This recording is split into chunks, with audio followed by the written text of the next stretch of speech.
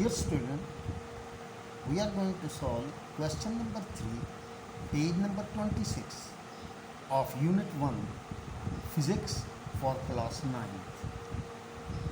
Now, look at the question. An object of mass 100 gram is immersed in water.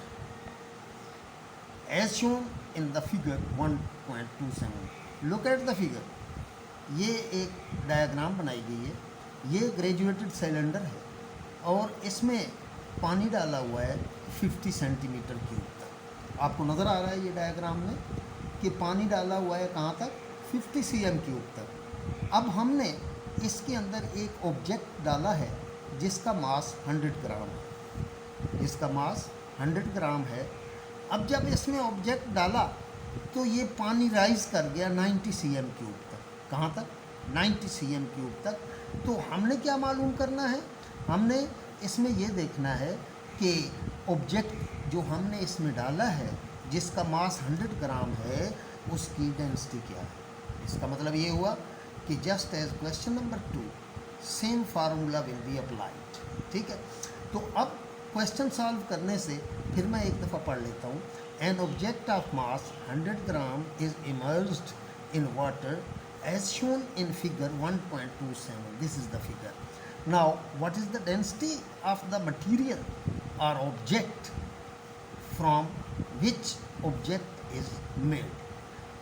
Now, look at the object.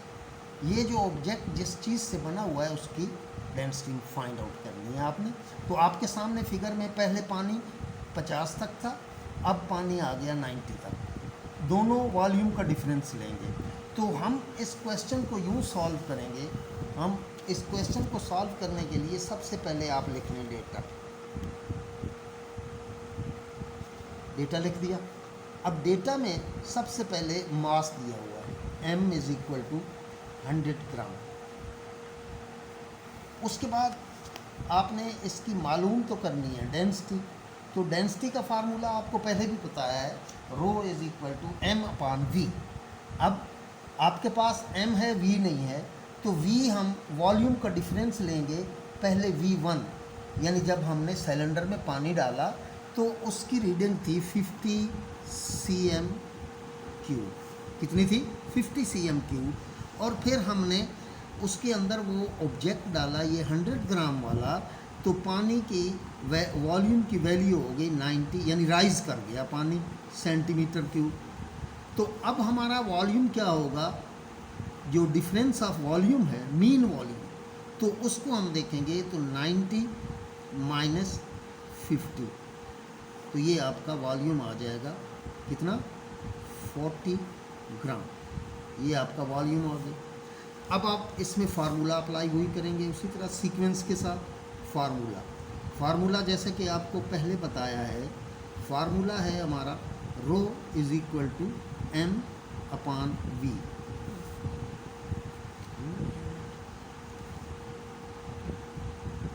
Row is equal to m upon, तो ये हमने जो है ये ग्राम नहीं होगा बल्कि 40 सेंटीमीटर क्यूब.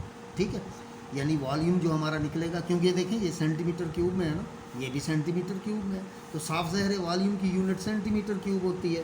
तो ये 40 सेंटीमीटर क्यूब होगा, ग्राम नहीं होगा. ये मैंने गलती से लिख दिया. ठीक है, अब हम फार्मूला इस्तेमाल करेंगे rho is equal to m upon we.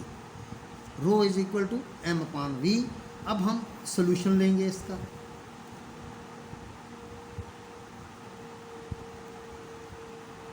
Solution में आप सबसे पहले वही बात कि पहले आपने फार्मूला लिखना है.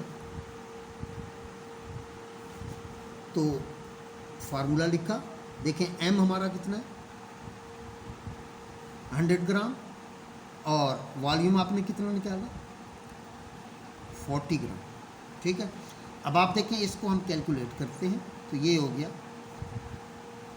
इसको इससे कैंसिल किया तो ये आपका आएगा 2.5. अब देखें मैंने कहा था यूनिट को डिसाइड किस तरह करते हैं. यूनिट को डिसाइड करने के लिए जो फिज़िकल क्वांटिटी ऊपर है उसकी यूनिट ऊपर लिखें. अब देखें मास की यूनिट वैसे तो किलोग्राम होती है एसआई में, लेकिन सीजीएस में ग्राम होती है, और वॉल्यूम की यूनिट cm क्यूब होगी। ठीक है, तो इसी तरह आप इसको यूनिट देंगे ग्राम पर cm क्यूब। ये आपका आंसर हो गया और ये इसकी डेंसिटी आ गई। Next question number 4।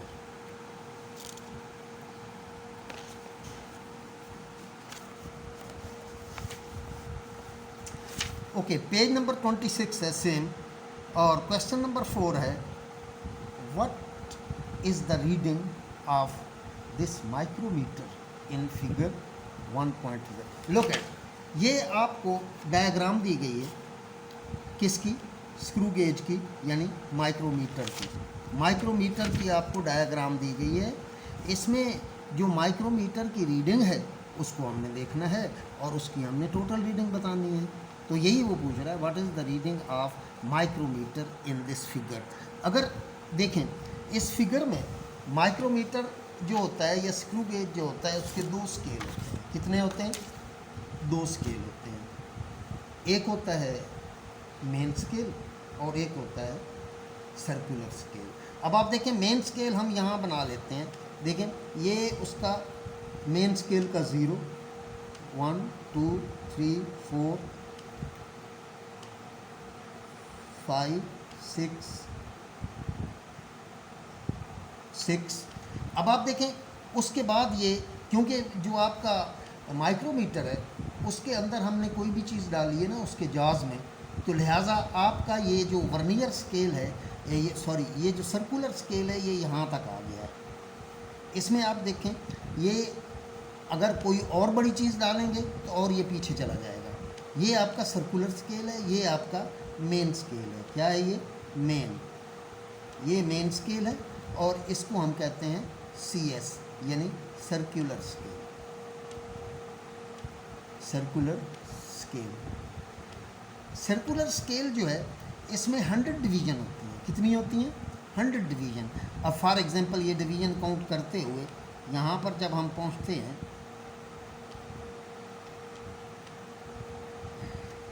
ये पूरी 100 डिवीज़न है।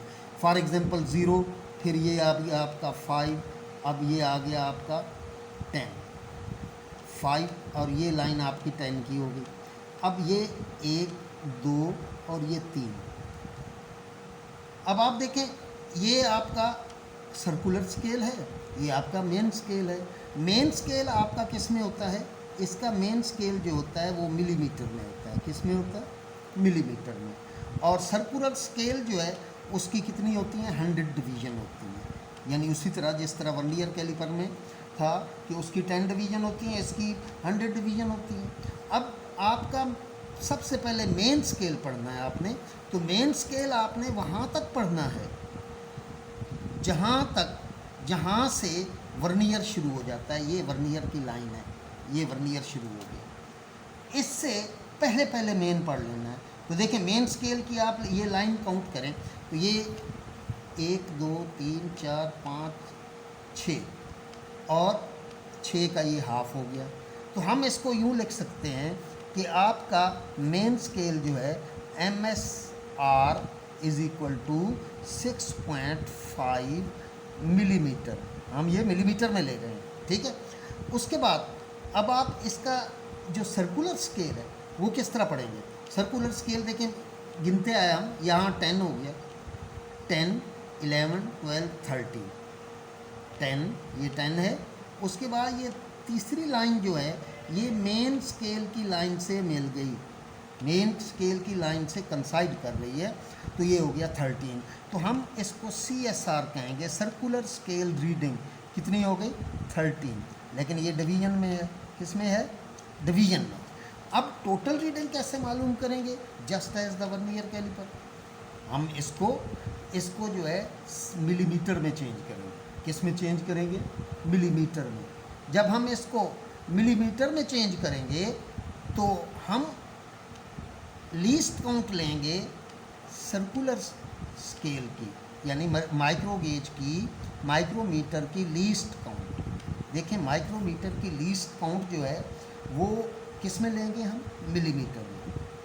मिलीमीटर में क्यों लेंगे? क्योंकि हमारा मेन स्केल मिलीमीटर में है। या तो आप मेन स्केल को चेंज करें सेंटीमीटर में, फिर आप इसकी जो है रीडिंग जो है वो लें सेंटीमीटर में। तो लिहाजा हम इसकी रीडिंग लेंगे किसमें, मिलीमीटर में। तो मिलीमीटर में इसकी रीडिंग है 0.1 mm। कितनी है, 0.1 mm मिलीमीटर में है, और 0.001 सेंटीमीटर है। तो सेंटीमीटर का यहाँ काम नहीं है, क्यों कि ऊपर आपका मिलीमीटर है, आपका ये स्केल मिलीमीटर में है और ये भी हम मिलीमीटर में लेंगे। या आप इस तरह भी कर सकते हैं, इसको सेंटीमीटर में चेंज कर दें, तो फिर आप यहाँ ले लेंगे 0.001 cm। तो लिहाजा बेहतर यही है, क्योंकि उन्होंने मिलीमीटर में दिया हुआ है तो हम इसको मिलीमीटर में ले लेंगे। तो अब लीस्ट काउंट हमारी 0.1 है, तो हम इसका वही फ्रैक्शनल पार्ट बनाएंगे, यानी डेसिमल फ्रैक्शन यानी पॉइंट आ जाएगा, फ्रैक्शनल पार्ट बनाएंगे। तो हम जो आपकी ये CSR है इसको मल्टीप्लाई करेंगे इससे, लीस्ट काउंट से। तो ये आपका FP आ जाएगा किसमें, 1.3। अब ये mm हो गया भाई, देख लो। अब ये FP हो गया आपका 1.3 mm। FP कैसे आया, हमने वर्नी इसकी सर्कुलर स्केल जो है, माइक्रो गेज जो है, उसकी लीस्ट काउंट को सर्कुलर स्केल से मल्टीप्लाई किया, सर्कुलर स्केल की जो डिवीज़न आई। अब आप ये देख सकते हैं ये कैसे आया, दोबारा सुन लें। देखें ये लाइन काउंट करेंगे तो ये छठी लाइन है, छठी के बाद 7वीं 8वीं 9वीं 10वीं वो इसके अंदर आ गई, स्केल के अंदर। लेकिन छठी के बाद आधी लाइन और है, इसलिए हम इसको 6.5 ले रहे हैं। क्या ले रहे हैं, 6.5। और हम ये 13 किस तरह ले रहे हैं, देखें यहाँ 100 का होता है, तो ये 5 10 इसी तरह 15 20 40 30 यानी 100 तक। तो ये 10 के बाद तीसरी लाइन 1 2 3, ये देखें 3 लाइन है, 1 2 3 तीसरी लाइन, और 10 और 3 13 13 हो गई, यानी 13 डिवीज़न हो गया। तो डिवीज़न को हमने इसकी लीस्ट काउंट से मल्टीप्लाई इसलिए किया कि हम ये डिवीज़न में है और ये मिलीमीटर में है, तो हम इसको भी मिलीमीटर में चेंज करना चाहते हैं। तो हमने लीस्ट काउंट भी मिलीमीटर में ले ली इसकी, तो इसको मल्टीप्लाई किया 1.3 mm आ गया। अब टोटल रीडिंग आपकी जिस तरह उसमें आपने निकाली थी वर्नियर कैलिपर में क्वेश्चन नंबर 1 में, तो टोटल आपकी रीडिंग हो गई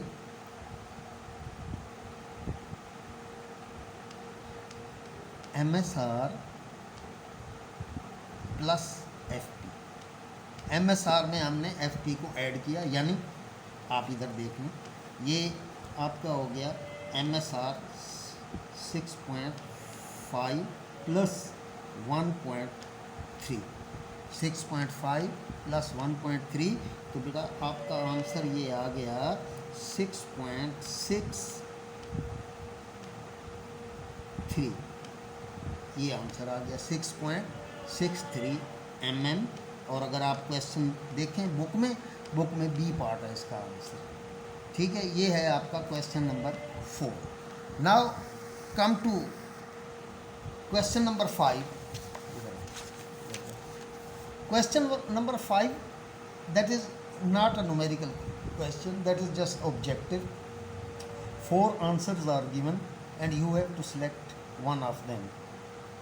तो आप क्वेश्चन ये सुन लें, world wide system of measurement in which the units of base quantities were introduced is called, यानी कहता ये है कि वर्ल्ड वाइड मीन जो पूरी दुनिया में हमारा सिस्टम ऑफ मेजरमेंट इस्तेमाल हो रहा है उसको हम SI सिस्टम भी कहते हैं और सिस्टम इंटरनेशनल सिस्टम भी कहते हैं और वर्ल्ड वाइड सिस्टम भी कहते हैं, एक ही बात है। तो उस सिस्टम के अंदर सिर्फ और सिर्फ बेसिक फिज़िकल क्वांटिटीज़ दी गई हैं। कौन सी? Base physical quantity. बेस आप जानते हैं ना, बेस का मतलब ये होता है जिससे कोई और क्वांटिटीज़ बनाई जाएं या और यूनिट्स बनाई जाएं, बेस यूनिट्स उसमें दी गई हैं। बेस यूनिट से मुराद ये है जो एक ही यूनिट है, वो किसी से बनी नहीं है, वो यूनिट किसी से बनी नहीं है। जैसा कि आप देखें metre, metre is a basic unit, is a fundamental unit और it is denoted by m, it shows the length. यानी मीटर को हम m से डिनोट करते हैं, तो ये किसी और से नहीं बना, ये जस्ट लेंथ की यूनिट का नाम दे दिया गया मीटर, साइंटिस्ट ने मिलकर। जिस तरह मास की यूनिट किलोग्राम होती है, और ये भी किसी और से नहीं बना। तो इनको हम कहते हैं बेस यूनिट, जो किसी से ना बने बल्कि खुद ब खुद एक यूनिट हूँ, और इसके रेफरेंस से दूसरी यूनिट बनाई जाए, जिनको हम कहते हैं डिराइव्ड यूनिट या डिराइव्ड फिजिकल क्वांटिटी। जैसे कि एक मिसाल आप ले लें, area. Area is a derived physical quantity. Area is a derived physical quantity. Why is it derived? Because it has length and breadth. When you will multiply its unit, it will m multiply m, it will become m square. तो area जो है ये आपकी drive unit. इसी तरह आप अगर देखें कि velocity is also derived physical quantity and its unit is derived unit. वो कैसे?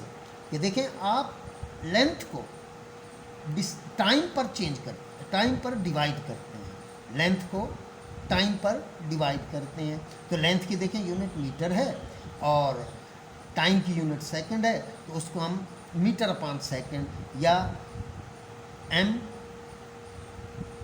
एस माइनस वन यूँ भी कह सकते हैं, या मीटर पर सेकंड भी कह सकते हैं। अब आप देखें, इसमें दो बेसिक यूनिट आ गई, एक तो मीटर आ गया यानी लेंथ की यूनिट, और दूसरा टाइम की यूनिट। These are fundamental. तो हम ये देखना चाह रहे हैं इस क्वेश्चन में कि ये जो world wide system of international है, उसमें जो ये यूनिट्स इस्तेमाल की जाती हैं, ऐसी यूनिट जो बेस यूनिट जिस सिस्टम में इस्तेमाल की जाएं, उसको हम क्या कहते हैं? International system of units. क्या कहते हैं? इंटरनेशनल सिस्टम ऑफ यूनिट, यानी it is a world wide system. World wide system में वो कह रहा है कि बेस यूनिट इस्तेमाल होती हैं, तो उसका नाम क्या होता है? International system of unit. International system of unit पे इसका आंसर भी होगा। Likewise question number 7 is also not a numerical. इसमें भी ये डिस्क्रिप्टिव है, 4 आंसर दिए गए हैं। देखें, इसमें लिखा हुआ है all accurately known digits and first doubtful digit in an expression are known. कहने का मकसद ये है कि नोन डिजिट और पहला डाउटफुल डिजिट, ये दोनों मिलकर क्या बनाते हैं? Significant figure. क्या बनाएंगे? Significant figure. तो इसमें भी देखें, आपका आंसर बी हो गया। इसी तरह क्वेश्चन नंबर 8 है, if zero line of vernier scale कंसाइड with zero of main scale. अब आप देखें, इसको मैं थोड़ा सा आपको बता देता हूँ। क्वेश्चन नंबर 8 ये देखेंगे, क्वेश्चन नंबर 8 है। अब वो ये कहता है कि अगर ये आपका मेन स्केल है, क्या है? मेन स्केल है। ये देखें, ये हो गया आपका मेन स्केल।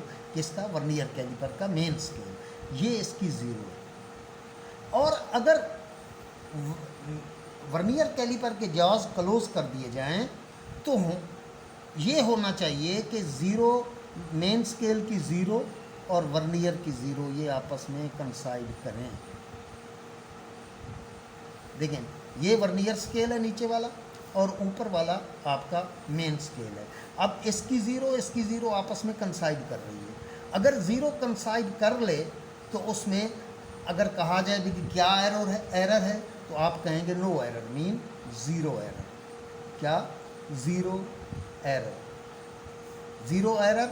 और अगर ये लाइन कंसाइड नहीं करती, आगे होती है या पीछे होती है, तो फिर एरर आ जाता है। वो ज़ीरो एरर नहीं होता, वो या तो नेगेटिव में होता है या पॉजिटिव में होता है।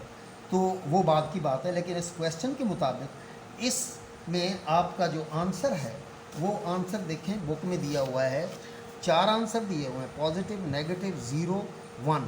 तो इसमें आप ज़ीरो आंसर होगा, बी पार्ट इसका सही है। ठीक है। नेक्स्ट क्वेश्चन नंबर 9 है। क्वेश्चन नंबर 9 में दिया हुआ है zero error of instrument is. अगर कोई भी मेजरिंग इंस्ट्रूमेंट है, कोई भी मेजरिंग इंस्ट्रूमेंट है, उसमें जो ज़ीरो एरर है उसका नाम क्या होता है? ज़ीरो एरर 2 किस्म के होते हैं, एक नेगेटिव, एक पॉजिटिव। ज़ीरो एरर कब होता है? जब वर्नियर की ज़ीरो मेन की ज़ीरो से कंसाइड ना करें, आगे हो या पीछे हो, लेफ़्ट हो या राइट हो, तो वो एरर हो जाता है, उस इंस्ट्रूमेंट में एरर होता है। एक मिसाल आपको और देता हूँ। फॉर एग्ज़ाम्पल आपका जो स्केल है जिससे आप लाइन ड्रा करते हैं, फॉर एग्ज़ाम्पल उसमें आप देखें कि उसका जो है, फॉर एग्ज़ाम्पल ये आपका स्केल है, इसमें आपको कहा गया है कि आप लाइन ड्रा करें 5 सेंटीमीटर की या 4 सेंटीमीटर की, जितनी भी कहा गया। तो अब आप देखें जब आप इसको ड्रा करते हैं तो अगर कोई यहाँ से लाइन वगैरह कुछ मिटी हुई है, 2 लाइनें मिट गई, पुराना हो गया, मिट गई, या इसमें इन्होंने मिस कैलिब्रेशन कर दी, तो फिर जब आप लाइन ड्रा करेंगे उसकी रीडिंग सही नहीं आएगी। तो ये एरर आपकी तरफ से नहीं है, ये एरर जो है इस स्केल में है।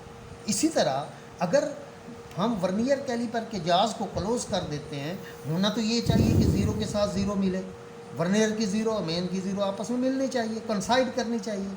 लेकिन अगर कंसाइड नहीं कर रही, आगे पीछे हो जाती है, तो वो आपकी गलती नहीं है, वो उस वर्नियर कैलिपर में गलती है। कैसे? मैन्युफैक्चरिंग एरर है वो। इस एरर को हम कहते हैं इंस्ट्रूमेंटल एरर। क्या कहते हैं? Instrumental error. देखें क्वेश्चन नंबर 9 है, zero error of instrument is क्या कहलाता है? अब आप देखें, सिस्टमेटिक एरर कहते हैं इसको, ठीक है, ह्यूमन एरर नहीं कहते, क्लासिफाइड एरर नहीं कहते, रैंडम एरर नहीं कहते, ये होता है सिस्टमेटिक एरर। यानी आपके इंस्ट्रूमेंट में जो एरर है वो क्या कहलाता है? Systematic error. तो देखिए ये क्वेश्चन नंबर 9 का आंसर भी आपका क्या हो गया?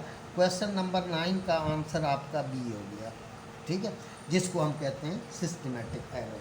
लाइकवाइज क्वेश्चन नंबर 10 है आपका लेंथ, मास। देखिए these are all units, these are all physical quantities. कौन कौन सी देख लें?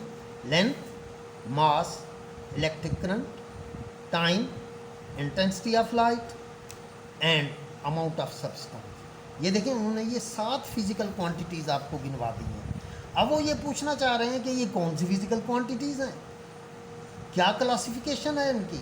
तो हम इनको कहेंगे कि ये हमारी बेस क्वांटिटीज़ हैं, नॉट डिराइव्ड क्वांटिटीज़। ये डिराइव्ड क्वांटिटीज़ नहीं है, ये बेस क्वांटिटीज़ हैं, क्योंकि ये अकेली अकेली क्वांटिटीज़ हैं, इनसे और बनाई जा सकती हैं लेकिन ये किसी से नहीं बनी, इसलिए ये बेस क्वांटिटीज़ हैं। तो आपका आंसर क्वेश्चन नंबर 10 जो है, इसका आंसर आपका यही होगा। इसमें देखें ये लिखा हुआ है कि बेस क्वांटिटीज़, तो ये आपका आंसर होगा क्वेश्चन नंबर 10 का ए पार्ट आपका आंसर है, ठीक है। Next, now come to the next page. Next page जो है, इसमें देखें आपके मल्टीपल चॉइस क्वेश्चन अब जो है एंड हो गए। अब इसके बाद इनको हम कहते हैं स्ट्रक्चरल क्वेश्चन। स्ट्रक्चरल क्वेश्चन यानी इसमें जो लिखा हुआ है, टेबल बने हुए हैं 2, एक टेबल नंबर 1 है, एक टेबल नंबर 2 है।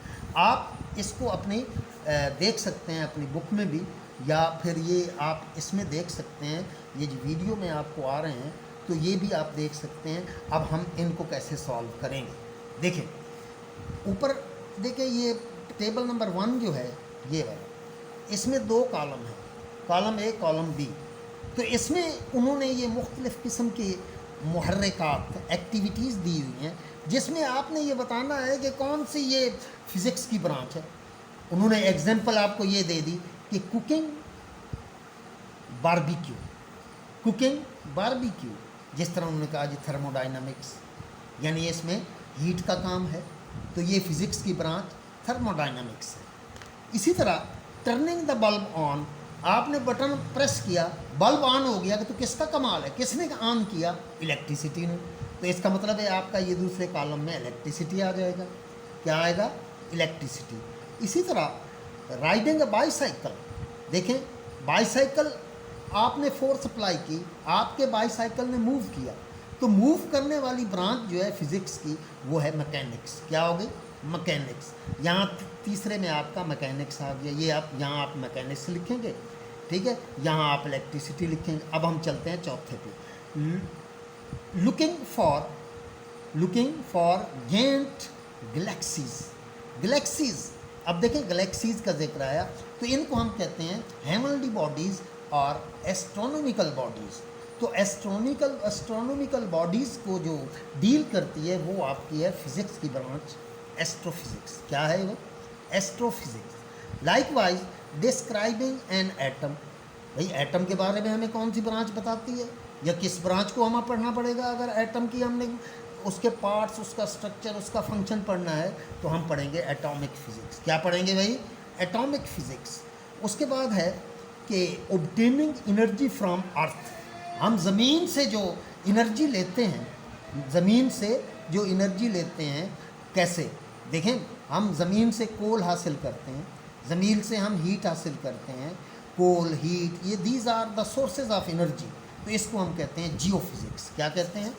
जियोफिज़िक्स। ये पहला टेबल आपका कंप्लीट हो गया। अब इसमें दूसरा टेबल है, क्वेश्चन नंबर 2 है कि इसमें उन्होंने 3 कॉलम बनाए हैं टेबल के, 1, 2 और 3 कॉलम हैं। अब पहला कॉलम है फिज़िकल क्वांटिटी का नाम लिखना है आपने कि कौन सी फिज़िकल क्वांटिटी है, फिर आपने उसकी यूनिट लिखनी है, फिर आपने ये बताना है किस किस्म की है ये फिज़िकल क्वांटिटी, क्या ये डिराइव्ड क्वांटिटी है या बेस क्वांटिटी है, तो ये आपने बताना है। अब आप देखें एम्पियर। एम्पियर जो है ये किसकी यूनिट है? यहाँ हम लिखेंगे एम्पियर जो है ये करंट की यूनिट है। किसकी? करंट की यूनिट है। SI unit of current. और इसकी यूनिट एक्चुअली यहाँ उनको लिखना चाहिए था करंट, लेकिन उन्होंने लिख दिया एम्पियर। एम्पियर जो है यहाँ आपने लिखना था करंट। करंट जो है ये फिज़िकल क्वांटिटी है और एम्पियर जो है ये यूनिट है, तो लिहाजा यहाँ इसकी यूनिट आएगी एम्पियर। क्या आएगी? एम्पियर। ये मिस प्रिंट हो जाती है, नई बुक है और टेस्ट एडिशन है, ये पहली दफ़ा उन्होंने प्रिंट किया, लिहाजा गलती हो जाती है। तो ये यहाँ पर करंट है, फिज़िकल क्वांटिटी क्या है? करंट है और यूनिट उसकी एम्पियर है। और ये टाइप कौन सी है? ये टाइप है बेस क्वांटिटी। कौन सी भाई? बेसिक क्वांटिटी या फंडामेंटल क्वांटिटी। ठीक है। अब आप देखें उन्होंने यूनिट बता दी, अब आपने टाइप बतानी है और फिज़िकल क्वांटिटी बतानी है। अब देखें ये क्या लिखा हुआ है? Metre cube. क्या है ये? Metre cube. यानी मीटर को 3 बार मल्टीप्लाई किया, तो मल्टीप्लिकेशन से जो यूनिट हासिल होती है वो हमारी क्या होती है? Derived unit. क्या होती है? Derived unit. अब डिराइव्ड यूनिट तो ये हो गई, हमने ये तय कर लिया कि ये डिराइव्ड यूनिट है, लेकिन हमने ये देखना है कि किस क्वांटिटी की है, तो ये वॉल्यूम की होती है। किसकी होती है? वॉल्यूम। यहाँ इसका लिख देंगे वॉल्यूम। क्या लिखेंगे? वॉल्यूम। अब ये कौन सी क्वांटिटी है? देखें मैंने आपको बताया था, अगर अकेली यूनिट आए या अकेली क्वांटिटी हो, अकेली यूनिट जिसकी हो उसको हम कहते हैं बेस क्वांटिटी। लेकिन ये अकेली नहीं है, ये एम को 3 बार मल्टीप्लाई किया गया है। लेंथ, ब्रेड्थ और हाइट। लेंथ, ब्रेड्थ, हाइट जब इनको मल्टीप्लाई करते हैं तो ये वॉल्यूम आता है। तो ये इसका मतलब है कौन सी हो गई? डिराइव्ड। क्या हो गई? Derived unit. यहाँ आप डिराइव्ड यूनिट लिख देंगे। डिराइव्ड, ये टाइप कौन सी होगी? डिराइव्ड फिजिकल क्वांटिटी, और ये इसकी डिराइव्ड यूनिट है। अब आप आगे देखें नंबर 3 में सेकंड दिया हुआ है और आगे उन्होंने टाइप भी बताई हुई है। सेकंड है यूनिट किस फिजिकल क्वांटिटी की? सेकंड जो है ये टाइम की है। किसकी है भाई? टाइम की। टाइम की है और ये बेस क्वांटिटी है। उसके बाद है temperature. Temperature is a fundamental quantity, temperature is a base quantity, temperature is a fundamental quantity. तो इसकी यूनिट है केल्विन। क्या है भाई? केल्विन। और इसको डिनोट करते हैं के से और लिखते हैं केल्विन। केल्विन जो है ये एसआई यूनिट है, ये फंडामेंटल यूनिट है किसकी? टेम्परेचर की। उसके बाद देखें उन्होंने ये न्यूटन लिखा हुआ है, एन मीन न्यूटन। न्यूटन जो है ये यूनिट है किसकी? फोर्स की यूनिट है। और ये न्यूटन जो है कहाँ, किस चीज़ से हमें मिला, किस चीज़ का ये रिज़ल्ट है? ये न्यूटन जो है फोर्स में 2 चीज़ें, एक मास और दूसरा एक्सेलरेशन। मास और एक्सेलरेशन जो है, जब मास को एक्सेलरेशन से डिवाइड करते हैं तो वो हमें न्यूटन की यूनिट देता है। तो न्यूटन फोर्स की यूनिट है और ये डिराइव्ड होगी। क्या होगी? डिराइव्ड। जैसा कि आपको बताया डिराइव्ड यूनिट्स वो होती हैं, डिराइव्ड यूनिट वो होती हैं जो बेस यूनिट से मल्टीप्लिकेशन के बाद या डिवीजन के बाद हमें मिलती हैं। उसके बाद आप देखें डेंसिटी, किलोग्राम पर मीटर क्यूब। देखें किलोग्राम जो है ये बेस यूनिट है और मीटर भी बेस यूनिट है। अब ये दोनों किलोग्राम को वॉल्यूम से या मीटर क्यूब से डिवाइड किया गया, तो इसका मतलब है डेंसिटी हमारी कौन सी होगी, ये होगी डिराइव्ड यूनिट। क्या होगी, डिराइव्ड यूनिट। उसके बाद आप देखें एक्सेलरेशन। एक्सेलरेशन क्या होता है भाई, एक्सेलरेशन जो है वो variation in velocity per unit time या rate of change of velocity is called acceleration. यानी इनिशियल वेलोसिटी और फाइनल वेलोसिटी का डिफरेंस लेके उसको टाइम पे डिवाइड करते हैं। तो अब आप देखें तो ये इसकी यूनिट बनती है हमारे पास मीटर पर सेकंड स्क्वायर, मीटर पर सेकंड स्क्वायर, और ये आपकी डिराइव्ड यूनिट है, डिराइव्ड फिजिकल क्वांटिटी है। ठीक है, अब इनकी समझ आ गई आपको दोनों टेबल की। ठीक है, अब हम आगे चलते हैं क्वेश्चन नंबर 3 पर।